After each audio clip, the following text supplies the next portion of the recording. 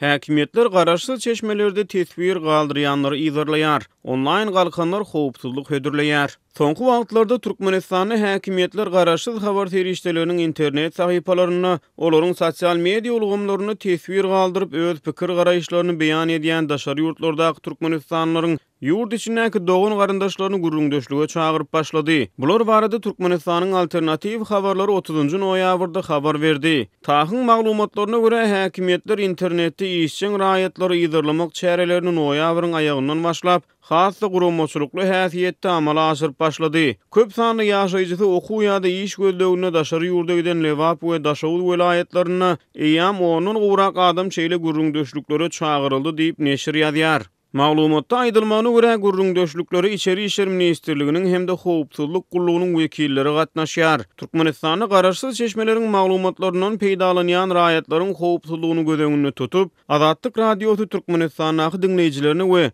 saýtyň Türkmenistanyň okuyucularyna ýörükde tilsimleri ulanmagy maslahat berip gelýär. Türkmenistanyň Azatlygyň web sahypasyny howpsuzlygy üçin edýän ýörükde tilsimler arkaly girmek internet ulanjylaryna hiç ýyly tewekkelçilik döretmeýär. Bu ugurda internet howpsuzlygy boýunça hünärmenler VPN tilsimlerini ulanmagyň ähmiýetini belleýär. Sayfon 3 proxy ulgamy Azatlyk radiosynyň web sahypasyna bökdönşsiz girmäge mümkinçilik döredýär. Ondan peýdalanmak üçin proxy ulgamyny internete girilýän kompýuterlary we smartfonlary indirip gurnamaly. Ekspertleriň notaýşy sayfon onu ulanjylaryň internetdäki şahsiýetini dolu gizlenlikde saklaýar. Her gün Türkmenistanyň 1,5 milyon gedek ulanýan bu tilsim arkaly internet ulanjylary Azatlygyň web saýtyna we beýleki petikli saýtlara girýär. Şeýle-de Azatlyk radiosynyň Türkmenistanyna petiklenen azathabar.com saýtyna ýurt içinden Tor browseryny ulanmak arkaly girip bolýar. Digital howpsuzlyk boýunça bilermenler Tor browserynyň hem internetden anonim peýdalanmagy mümkinçilik döredýändigini ýaýarlar.